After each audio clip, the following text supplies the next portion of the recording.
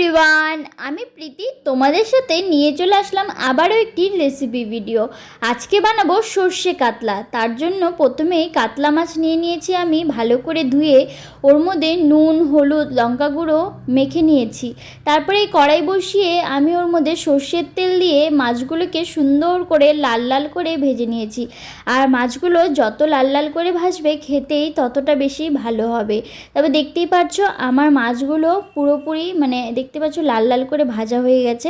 এরপর এখানে আমি একটি মশলা বানিয়ে নেব। মশলার মধ্যে এখানে নিয়েছি পেঁয়াজ, আদা আর একটু রসুনের পরিমাণটা একটু বেশি করে নিয়েছি এখানে লঙ্কা, আর নিয়েছি গোলমরিচ, গোটা ধনে, গোটা জিরে, আর এখানে সাদা সর্ষে, কালো সর্ষে দুটোই নিয়েছি।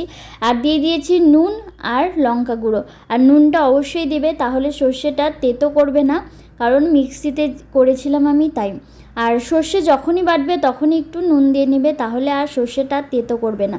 তারপরে কড়াইতে সেই মাছ ভাজা তেলের মধ্যে ফোড়নে দিয়ে দিয়েছিলাম আমি এলাচ আর তেজপাতা, আর সেই ফোড়নে আমি দিয়ে দিলাম কোচানো টমেটো আর ধনেপাতা। এর উপরে ধনেপাতা দিলে গ্রেভির ফ্লেভারটাও খুব ভালো আসবে। তোমরাও একদিন ট্রাই করে দেখো।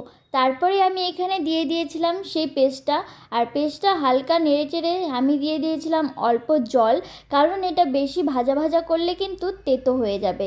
তারপরে আমি মাছগুলো দিয়ে একটুক্ষণ নেড়েচেড়ে তারপরে দিয়ে দিয়েছিলাম এখানে ফুটন্ত জল। আর এখানে কিন্তু অবশ্যই তোমরা গরম জলটা ইউজ করবে। যে কোনো রান্নায় গরম জলটা ইউজ করলে রান্নার কিন্তু স্বাদটা কিন্তু দ্বিগুণ বেড়ে যায়। তারপরেই দেখতে পাচ্ছ আমার এখানে রান্না কিন্তু প্রায় কমপ্লিট হয়ে গেছে। কেমন হয়েছে আমার কাতলা সর্ষে কাতলাটা অবশ্যই কিন্তু কমেন্ট করে জানিও। আসছি পরের